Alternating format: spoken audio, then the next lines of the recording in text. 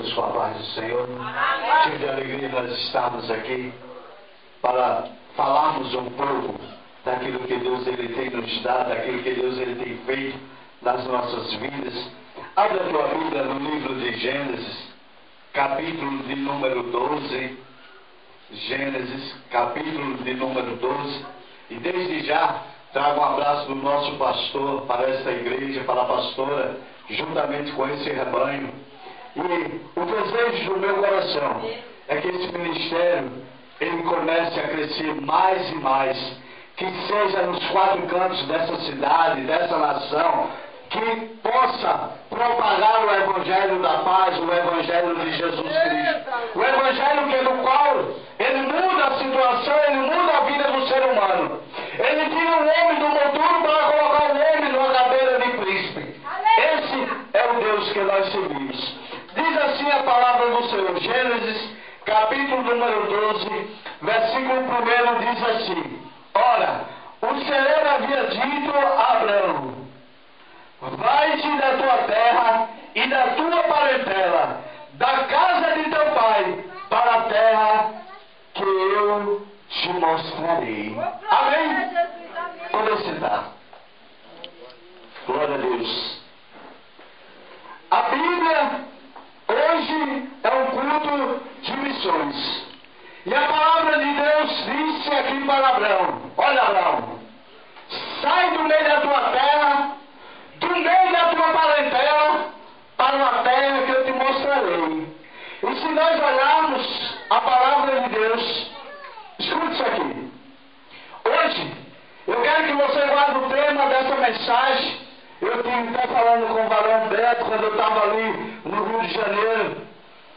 Uma mensagem que Deus me deu, e eu vou colocar por título hoje: as três faces da aliança. A Bíblia nos diz que quando Deus chama Abraão, ele faz um pacto, ele faz uma aliança com Abraão. Ele diz: olha, Abraão, tu vais sair do meio da tua terra, do meio da tua parentela, para uma terra que eu te mostrarei e te abençoarei grandemente. E todas as nações serão abençoadas por ti. Glória a Deus. E a primeira face da aliança que nós vamos falar, a face de dentro da aliança, que fala sobre intimidade. Deus disse para Abraão: Abraão, sai, eu preciso que você tenha uma intimidade maior comigo. Eu preciso, Abraão, que você comece a entender o que eu quero fazer na tua vida. Deus poderia muito bem fazer no meio da parentela de Abraão.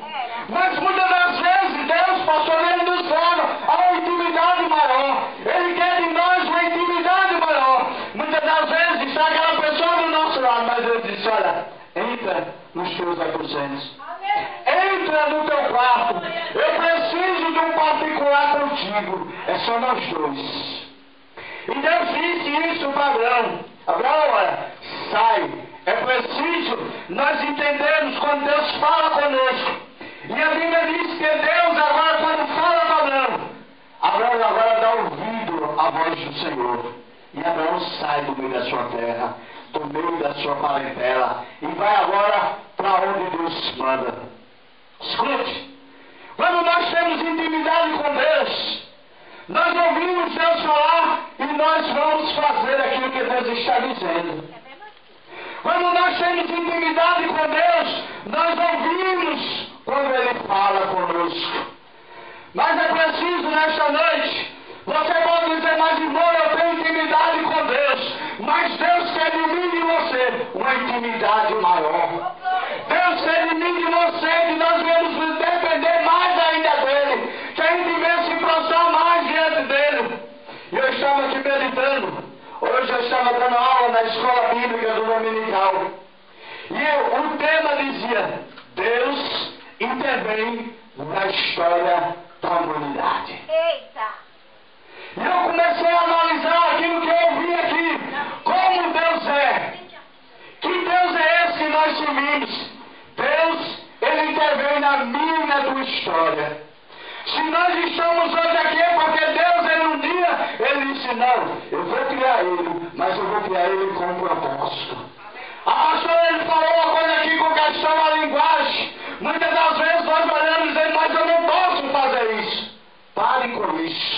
no nome de Jesus. Você pode sim, porque o Espírito Santo está dentro de você, está dentro de mim. E é Ele que nos capacita. Não somos nós não, é Ele que nos dá. É Ele que faz a nossa vida. Então nós devemos parar com certo tipo de linguagem e fazer aquilo que Deus quer. Deus disse para Abraão, olha, sai. Abraão saiu. Deus disse para mim e para você, olha, eu preciso que você tenha uma maior intimidade comigo. Eu quero te usar mais, eu quero fazer algo mais tremendo na tua vida, mas é preciso nós termos intimidade. É preciso nós buscarmos a Deus. Nós dizemos para o Senhor, eis-me aqui, como disse Isaías. A Bíblia diz que Abraão ele começou agora a caminhar. Ele começou agora a fazer aquilo que Deus tinha dito. Muitas das vezes, missões, irmão, nós temos que fazer missões começando do nosso lar. Nós temos que fazer missões andando pelas ruas. Nós temos que fazer missões no nosso trabalho. Nós temos que fazer missões onde nós estudamos, elevando a palavra de Deus. A nossa vida como testemunho daquilo que Deus tem feito. Eu sei, pastor, que não é fácil estar na frente do ministério. Não é fácil. Mas é gratificante quando nós vemos que alguém se converteu. É gratificante quando nós ouvimos Deus dizer que está de acordo com aquilo que nós estamos fazendo, porque é Ele que está no comando de tudo. E a Bíblia diz que Abraão começou a fazer tudo aquilo que Deus tinha dito. E se hoje nós estamos aqui, é porque a promessa veio lá de trás. Quando Deus disse, olha Abraão, por tua causa, eu vou abençoar todas as nações. Então, igreja do Senhor, se nós hoje estamos aqui abençoando, é porque houve uma promessa lá atrás, houve uma aliança lá atrás de um Deus chamado, de um Deus com um homem chamado Abraão. Então Deus, nesta noite, Ele também quer de mim e de você essa intimidade, para que também aquelas vidas que estão aí fora, também seja abençoada através da minha vida e da sua vida. E a palavra de Deus diz que quando Deus ele está no comando, pode se levantar gente, pode se levantar quem for, Deus coloca todos por terra, porque a palavra de Deus, ela é viva, ela é eficaz na nossa vida. Escute, a segunda coisa que eu quero falar, a segunda face da aliança, a parte de fora da aliança, que é a parte do temor. Quando usamos uma aliança, quando ela é nova, temos medo até de arranhar ela.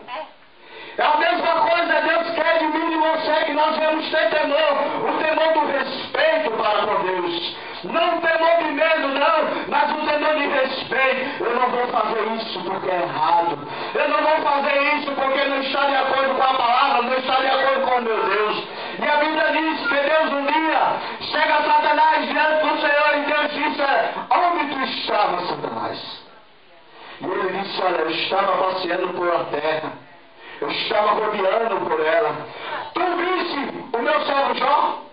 Homem justo, temente, que se desvia do mal. Ele se viu também da forma que tu abençoaste. Pensando ele que a integridade, o temor que Jó tinha, era por causa dos bens. E você conhece bem a história. A Bíblia diz que Deus permite que Satanás toque em tudo que Jó tinha, menos na vida de Jó. Tocasse até no seu corpo, mas tirasse a sua vida jamais. O que eu quero passar para você nesta noite, que quantas das vezes Satanás também nos chega diante do Senhor, pedindo para surfar nas nossas vidas. Quantas das vezes Satanás nos chega diante de Deus, me apontando, dizendo, olha como ele está, olha como ela está. Me permite que eu tire, me permite que eu sente a vida. E Deus disse, não. Que a vida lhe pertence. A vida dele me pertence. Porque eu quero que você entenda nesta noite que Deus ele quer de mim e de você o temor, o respeito para com ele. Escute, a Bíblia diz que quando Jó ele chega lá no capítulo 42, quando o varão ele disse mesmo assim, Senhor, bem sei eu que tu não podes. E os teus pensamentos, Senhor, não podem ser impedidos, não. Os teus pensamentos têm que ser concretizados, e é concretizado porque tu és maior. A Bíblia diz que quando Jó ele começa a falar, o que eu acho lindo é que já disse: olha, Senhor, eu falava de coisas que para mim era maravilhosíssima, mas agora os meus olhos te veem. Ele agora passou a ter uma intimidade maior com o Senhor. Ele passou agora a conhecer a Deus no maior profundo. Eu quero dizer para você nesta noite, quando nós temos intimidade com Deus, nós temos temor do Senhor. Quando nós nos deleitamos mais na presença de Deus, quando nós queremos buscar mais a Deus, o temor aumenta dentro do nosso ser. E a Bíblia diz que Jó estava ali. E depois de todo o processo, depois que perdeu seus bens, perdeu a sua família, depois de tudo, depois da doença, mas as promessas de Deus na vida de Jó estavam de pé. As promessas de Deus na minha e na tua vida também estão de pé. As promessas de Deus, elas são verdadeiras. A Bíblia diz que quando Deus tira o povo lá do Egito, as promessas permaneceram de pé. Passaram, mas as promessas foram cumpridas. Eu não sei se você chegou aqui nessa noite achando que as promessas de Deus não tem, se acabaram na tua vida, não tem como se realizar. Ei, escute! As promessas de Deus, elas estão de pé sim, porque Deus ele é vivo. Deus ele tem o comando de tudo. A Bíblia diz que Deus, quando criou a terra, ele criou a terra, ele fez a terra, ele formou a terra, mas a terra era sem forma e vazia. Mas o propósito de Deus era encher a terra. É tanto que ele vai e faz o homem. Então, ei, escute, Deus ele tem um propósito na tua vida. Ei, Deus ele quer te fazer algo maior. Deus ele precisa de você para fazer algo maior na tua vida. Deus ele não te chamou somente para você estar sentado aí, não. Deus te chamou para você ser um mensageiro da sua palavra. Deus ele te chamou para você propagar o evangelho, como ele chamou Abraão. Ele disse: Abraão, sai da tua terra, vai para uma terra que eu te mostrarei, uma terra que eu vou entregar nas tuas mãos. Mas é preciso você sair. É preciso eu sair. É preciso nós sairmos para fazer o ídolo do mestre. Escute, a terceira face da aliança, a face lateral da aliança, eu quero falar para você sobre o conhecimento. Existia na Bíblia 4 homens que a Bíblia relata lá no livro de Daniel. 3 deles foi jogado dentro de uma fornalha de fogo. A Bíblia diz que Sadraque, Mesaque e Abdenego, quando o rei criou aquela estátua, quando fez aquela estátua, a Bíblia diz que todos eram para se prostrar diante daquela imagem.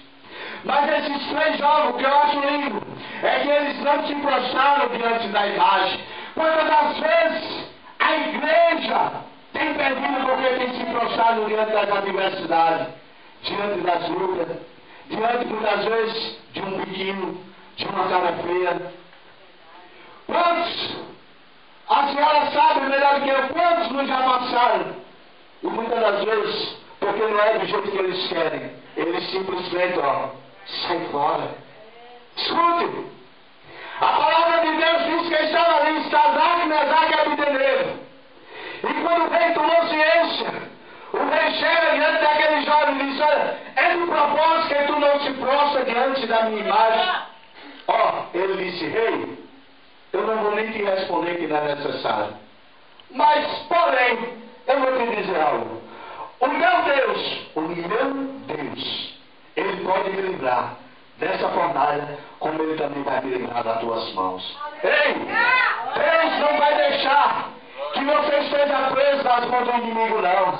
Porque Deus não te chamou para isso, não. Deus te chamou, Deus te libertou, me libertou para nós propagarmos o evangelho, para nós vivermos livres, fazendo a vontade e o querer do Senhor. E a Bíblia diz que aquele rei, ele fica furioso. Ei, escute. Quantas das vezes o inimigo fica furioso contigo? Quantas das vezes ele coloca barreira para você não estar dentro da igreja?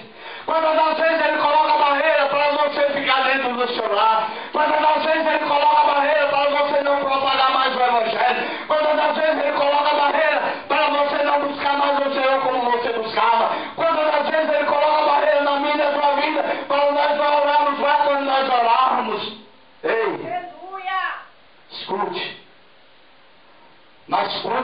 jovem, a Bíblia diz que foi jogado ali, ó, dentro daquela fornalha. A Bíblia diz que agora chega lá um quarto seio.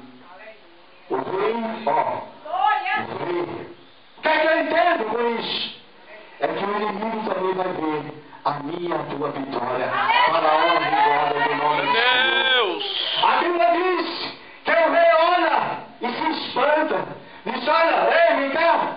Jogaram quantos lá dentro da fornalha? Não foram 3? É, mas tem 4. Tem 4 pessoas lá. E o quarto é semelhante ao Filho dos Deus. Ei, Deus, Ele tem tudo no controle. Deus, Ele está presente na minha e na tua vida nesta noite. E a palavra de Deus diz que Daniel também não foi diferente. Daniel, quando arquitetaram contra ele, o rei manda jogar Daniel dentro da cova dos leões. Mas Daniel também tinha conhecimento de quem era Deus. Viu Deus que ele servia. Escute. Eu quero fazer uma pergunta a você. Não precisa você me responder, mas responda para você mesmo. Você conhece o Deus que você serve? Será que você realmente conhece o Deus que pode mudar a história daquela pessoa que você tanto ora por ele ou por ela? Será que você conhece o Deus que pode mudar a história da tua família, a tua história mais ainda? A Bíblia diz que Daniel, ele estava ali, foi para dentro daquela cova. E a Bíblia diz que quando Daniel foi lançado dentro daquela cova, ei, escute, chegou um anjo lá, estava lá com Daniel. E a Bíblia diz que quando os leões, a Bíblia é bem clara, a Bíblia diz que os leões viam os anjos, viu o anjo do Senhor lá junto de Daniel. Quantas das vezes o inimigo arquiteta planos, ele planeja, mas o anjo que está do nosso lado, ele não permite que o inimigo seja a nossa vida. Quantas das vezes o inimigo manda até alguém tirar a nossa vida, mas por causa do anjo que está nos guardando, por causa da promessa de Deus, nada acontece na nossa vida. Aleluia! Escute, eu vou ser bem rápido, até por causa do tempo. A primeira coisa que nós falamos sobre a primeira coisa, intimidade. Você quer crescer?